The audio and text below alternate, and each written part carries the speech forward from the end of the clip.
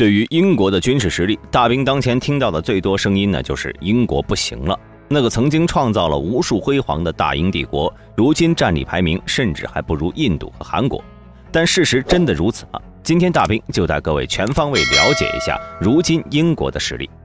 虽然今天的英国依然以联合国5常之一的身份位居世界一流国家的席位，但是这其实只是家道衰落后的英国的现状而已。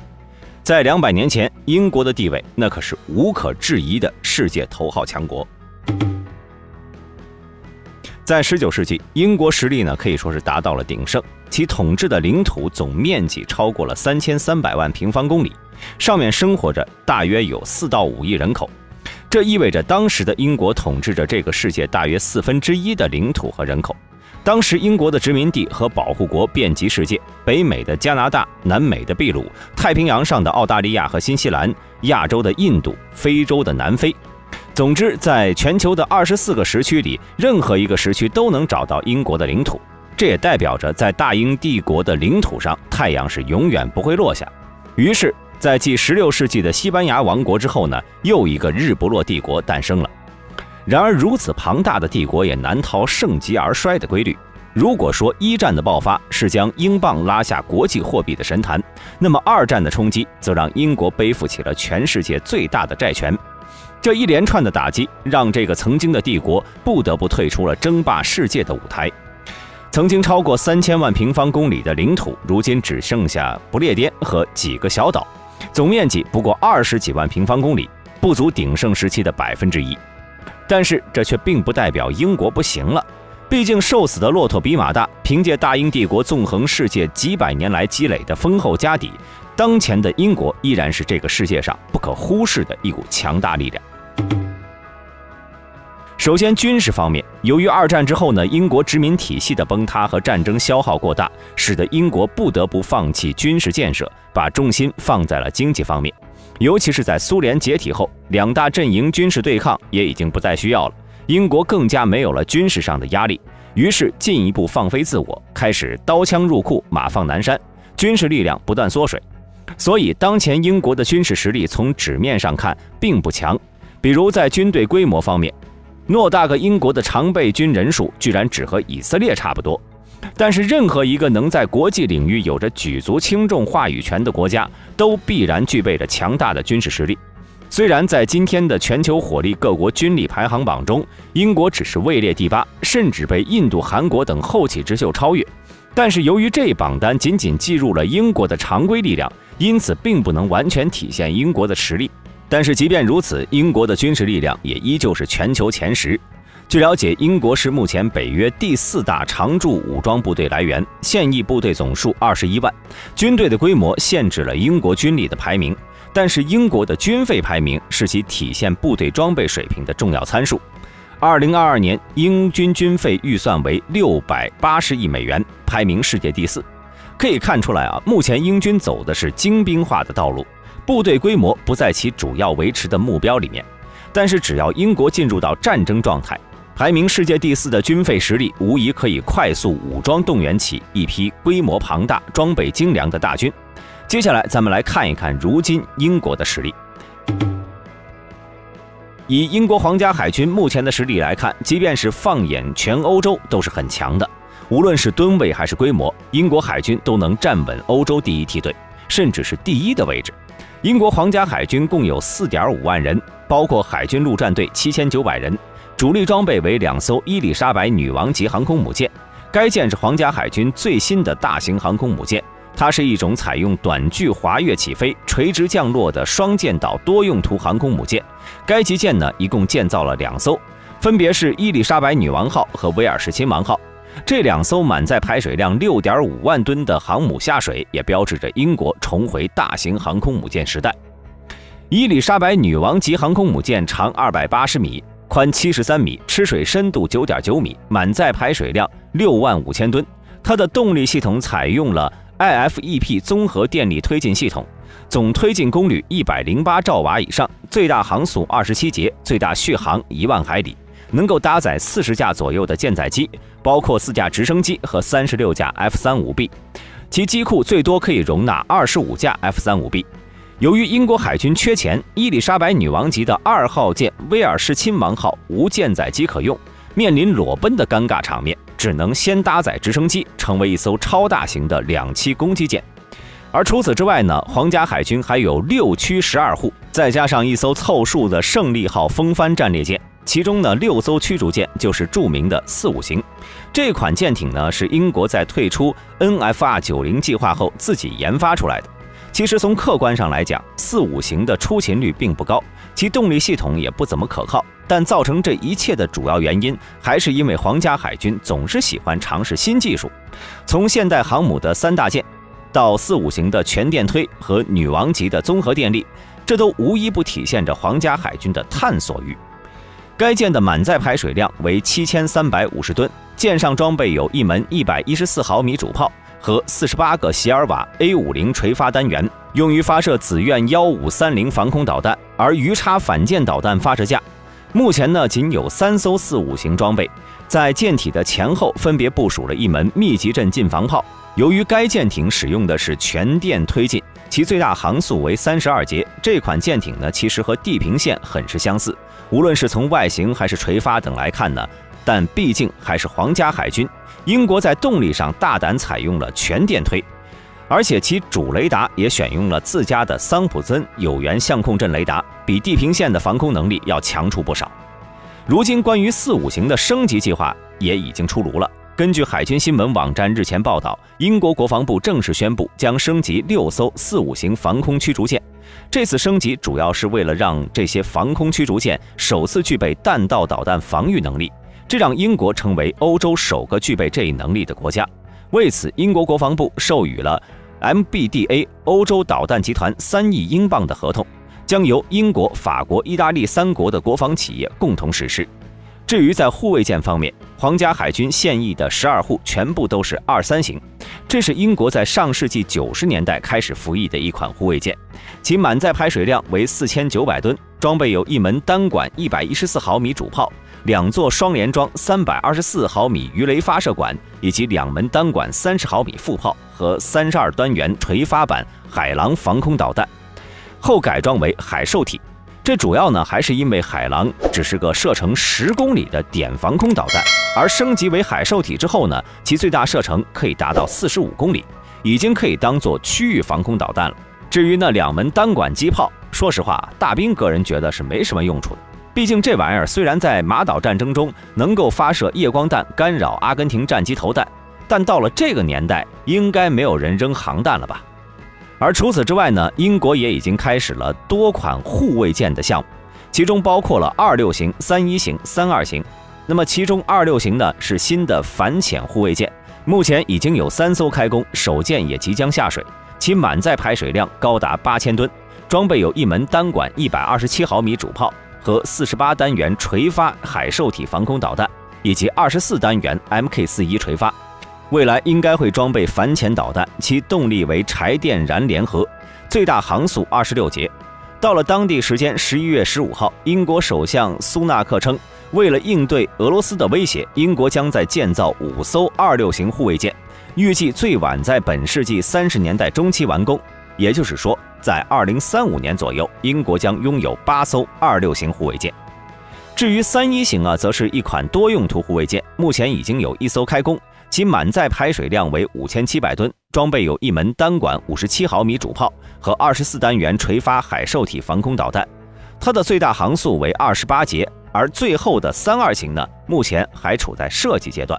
皇家海军预计该舰呢将会以无人作战平台为重点，因为还没有完成设计。这里呢咱们就不放图片了。至于海军最重要的核潜艇方面，英国也是没有落下。如今呢，英国的潜艇部队已经实现了全核化，现役共有4艘前卫级战略核潜艇和5艘可以发射战斧巡航导弹的机敏级核动力攻击潜艇。其中呢，战略核潜艇可以说是5常国家的立国之本。前卫级在上世纪90年代服役，其前航排水量接近16000吨。它通过了一台罗公司的 PWR-2 反应堆提供动力，水下航速可以达到25节。装备有16枚3x2第5潜射弹道导弹，以及4具533毫米鱼雷发射管。前者的最大射程至少是在12000公里，可以打击到5常中任意一个国家的首都。而机敏级潜艇呢，则是目前英国最新的攻击核潜艇，其排水量在7800吨左右，使用的也是 PWR-2 反应堆驱动，水下最大航速为30节，最大前深300米，装有6具533毫米鱼雷发射管，也可以发射战斧导弹。该潜艇的外形比较奇特，它不像其他各国普遍的圆滚滚外形，其形状十分不规则。而除了这两者之外呢，英国正在建造的无畏级也是前卫级的接替者。据了解呢，新潜艇的前航排水量可以达到17200吨，堪称是英国海军史上最大的核潜艇了。它由一台罗公司的 PWR-3 反应堆驱动，该反应堆是基于弗吉尼亚 S9G 反应堆的设计，水下最大速度为25节。该潜艇的首舰无畏号在2016年10月开工，预计2030年服役。不过，虽然无畏级的排水量比前卫级更大，但其搭载的武器却更少了，仅有12枚3x2第5潜射弹道导弹和4具533毫米发射管，而且艇上的人数也略有减少。因此，大兵猜测无畏级将是这些空间用于改善居住环境。另外呢，虽然目前机敏级对于英国而言依旧是中流砥柱，但是这也并不影响英国去研发新一代攻击型核潜艇。据了解，该项目由英国 BAE 系统公司负责设计平台，罗公司负责生产核动力推进系统。目前，英国国防部尚未公布新潜艇的具体参数，但是相较于机敏级，新一代核潜艇将在排水量、打击能力以及隐身性能等方面呢获得进一步的提升。皇家空军共有 5.2 万人，共有850多架各型战机，主力战机为102架台风、150架狂风战斗机、54架美洲虎攻击机和接近100架的耀式短距垂直起降战机。其中呢，台风战机是英、德、意和西班牙4国联合研发的一款双发三角翼压式布局的多用途3代战斗机。和法国的达索阵风战机以及瑞典的萨博 GAS-39 鹰狮战斗机是并称为欧洲3剑客。台风战机长 15.96 米，翼展 10.95 米，高 5.28 米，最大起飞重量 23.5 吨。它采用2台欧洲喷气涡轮公司的 EG200 加力涡扇发动机，最大飞行速度2马赫，最大航程2900公里，最大载弹量 7.5 吨。而耀式战斗机则是英国研发的一种亚音速短距垂直起降战机，其中呢，专供海军垂直起降的海耀战斗机是以耀式战斗机为基础研发的。该机呢，在1970年开始装备英国海军，是世界上第一种实用的短距垂直起降战机。美国都向英国进口了海耀系列，并且命名为 AV-8B， 用于2栖攻击舰上使用。该机呢参加了马岛海战和海湾战争，具有了相当的实战经历。欧洲国家的轻型航空母舰也是大量的装备该机。而在如今下一代机流行的背景下，英国也决定和日本合作，围绕双方需求研发下一代战机。那么在下一代战机研发领域呢，在2018年，英国就在范保罗国际航展上展示了下一代战斗机暴风雨的全尺寸模型，同时宣布到2025年共投资20亿英镑用于战机研发。该机最快在2035年为英国皇家空军正式换装下一代战机。根据英国官方公布的信息，作为英国皇家空军 EF-2000 台风战机的继任者，暴风雨战机具备人工智能和高度信息化等技术特点，可以实现战斗机传感器融合、战斗机组网以及与无人机组网，具备较强的态势感知能力。而在此前1年，日本防卫厅就曾对外宣称，已经和英国国防部签订了一项关于2国联合研发未来战斗机进行潜在合作的协议。报道称，由于双方大致相同的开发周期以及对战斗机性能要求的基本相同，使英日2国政府认为合作开发、共同开发通用机体更符合双方利益。通过联合研制，还有望大幅降低研制成本，提升开发效率。在合并开发计划后呢，预计英日下一代战机的开发主体是日本三菱重工和英国航空航天系统公司，将统管机体设计和系统整体开发。意大利军工巨头莱昂纳多公司也有可能会加入研制工作。而其中值得注意的是，近年来呢，日本和英国军事互动频繁，军事关系持续深化。这次英日合作研发下一代战机，也是双方军事关系不断深化的一个注脚。未来两国也很有可能会在军事领域将展开更多的合作。最后，在陆军方面，英国共有11.4万人，主要装备挑战者2主战坦克有不到400多辆，装甲车450辆，火炮1230门，导弹装置1300余部，直升机300架，其中67架阿帕奇。主战坦克的数量在全世界放眼呢并不显眼，但是在欧洲也足以名列前茅了。其中挑战者2主战坦克为英国公司阿尔维斯维克斯生产的一款主战坦克，它是挑战者系列的第3种车型，炮塔防护采用第2代乔巴姆复合装甲。该型坦克长8.3米，宽3.5米，高2.5米，战斗权重62.5吨，成员4人，采用120毫米 L30A1 线膛炮，使用手动装弹方式。它的动力来源是一台1200马力的帕金斯 CV12 柴油发动机和戴维布朗的 TN54 变速器，最大速度59公里每小时，最大行程450公里。与海空两军一样，英国陆军同样也已经开始研究下一代主战坦克了。挑战者3型，也就是挑战者2的升级款。该坦克在今年3月份在英格兰阿姆斯特朗工厂举行了升级钢板的切割仪式。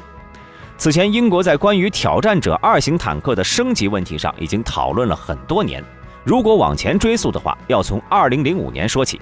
虽然这款坦克已经经历了战火的考验，但是英国呢却在2001年发布文件声明，打算暂停采购挑战者，并且不会继续研发新产品。到了2005年，英国日益老化的主战坦克开始面对逐渐频繁的海外军事任务，这使得英国国防部不得不考虑为这款产自上世纪的坦克进行升级。于是，一项能力维持计划被推出了。该计划期望对现役所有的挑战者2的升级在2020年前完成，使其寿命延长到2030年左右。升级内容呢，包括更换炮管、添加目标捕获系统、使用第3代热成像仪、升级火控计算机、加装空气悬架、更新车体内的电子架构、配备主动防御系统和激光告警系统等等。从这个计划来看呢，挑战者2的升级必然耗资巨大。按照英国国防部的估计，如果将全部的坦克升级完成，至少要花费6.5亿英镑。这笔钱呢，也让英国十分纠结。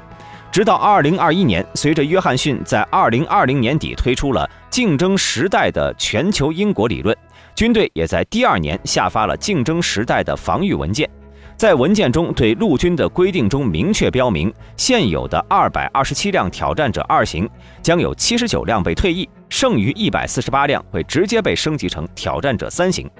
那么这款被称之为挑战者3的坦克与挑战者2有多大区别呢？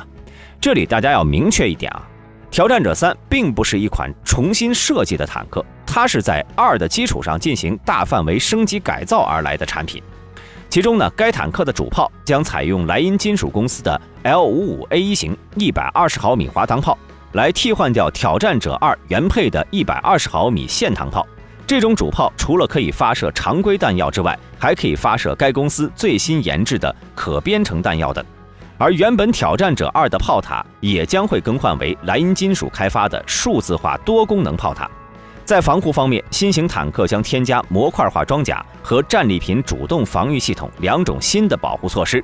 其中这个主动防御系统挑战者2坦克上呢是没有这项功能的。至于在发动机方面，英国对此的改动倒是不是很多，只是改进了冷却系统，并将其悬挂换装为第3代空气悬挂。至于火控和电子设备方面，挑战者3升级了火控计算机，并且添加了新型目标自动检测和跟踪系统，以及配备了新的热成像摄像机等。这套操作下来啊，预计每辆坦克的改装费用大约在660万美元。大兵个人觉得这个价格有点亏了，毕竟坦克的发动机基本没动，却加了一大堆东西。毕竟这一系列的新主炮和装甲可不是闹着玩的，因此在升级后的该坦克的机动性怕是很难保证了。除了这些纸面战力之外呢，更重要的是，英国是世界上少有的配备完整军工产线的国家。从挑战者2再到伊丽莎白号航母，从台风战机再到最新的星光单兵导弹，这些武器基本都是能由英国自己的军火公司独立生产，因此英国的战争潜力将会比韩国、印度这样的纸面火力强国大得多。而且英国在全球各地还有着众多的军事基地，凭借着北约军事体系，使英国可以随时具备对外投送作战的能力。更为关键的是，英国作为2战战胜国，它和德国、日本这些国家不一样，军事发展并不受限制。可以说，只要英国愿意，随时可以进行扩张军备。毕竟，英国的军事工业相当发达，具有独立研制包括战略核武器在内的大型武器装备的能力。作为世界上第一个完成工业化的国家，英国的工业体系完备，基础牢固，在诸多领域都成绩斐然。以制造业为例，英国的罗罗公司当前仍然是世界3大飞机发动机制造商之一，其生产的军用和民用发动机都是行业里的明星产品，在市场上占据了很高的份额。无论是狂风还是台风，波音787还是空客 A380，都是该公司的客户。众所周知，制造航空发动机的技术门槛很高，涉及的工业技术门类更是非常广泛，像什么装备制造、机床加工、冶金工艺等行业都被包含其中，考验一个国家的整体工业水平。一般来讲能够自主研发制造航空发动机的国家，工业水平它都不会低。而像英国这种能把航空发动机造得领先全球的，那就更厉害了。而除了罗罗公司之外英国的半导体行业也十分发达。比如英国的 ARM 公司是全球领先的半导体知识产权提供商，全球超过95%智能手机和平板电脑都是采用的 ARM 架构。所以目前英国在武器装备数量上的问题，完全可以依靠强大的国防工业去弥补。其自身强大的国防工业和技术底蕴，能够在短时间内打造出极其强势的国防体系。而除了自身不凡的军事实力以外如今英国最能体现自身实力的，其实就是在不见硝烟的战场上，也就是文化软实力的竞争舞台上。英语是目前世界上地位最接近通用语言的一种语言，因此英国自身的文化很容易在全球范围内得到广泛而且深刻的传播。按照国际互联网大会的数据，目前全球网络中70%的邮件使用英语沟通，还有60%的国际电台广播使用英语为语言。在各类国际会议上，使用英语的比例更是达到了惊人的90%。在经济全球化的现代，一个国家但凡想要融入全球生产体系，最基础的条件就是学习英语。单是这一点就足以让英国在世界各国中享有超然物外的特殊地位。此外由于英国本身与当今世界最强国美国属于同根同宗的关系，因此英国在全球政治领域享有着独特的加成优势，可以通过与美国结成同盟的方式，快速达成自己的战略设想。例如1982年英阿马岛战争爆发，在英国的压力之下美国为首的绝大多数西方国家都选择了站在英国一方，这也是阿根廷无奈输掉战争的间接因素。因此可以毫不夸张地讲，除了5常国家以外，当今世界上还没有其他国家能在军事上压过英国一头。即便是日本、印度这些在常规军力上占据优势的国家也不行。总之虽然如今英国已经不再风光了，但是英国依然可以凭借着先前数百年间积累的雄厚资本，保持着一流强国的地位。好了，本期视频到这里就结束了。大家认为英国除了上面这些之外，还有哪些优势呢？欢迎在下方的评论区留言。喜欢本频道的朋友，请点击下方的订阅按钮。我们下期再见。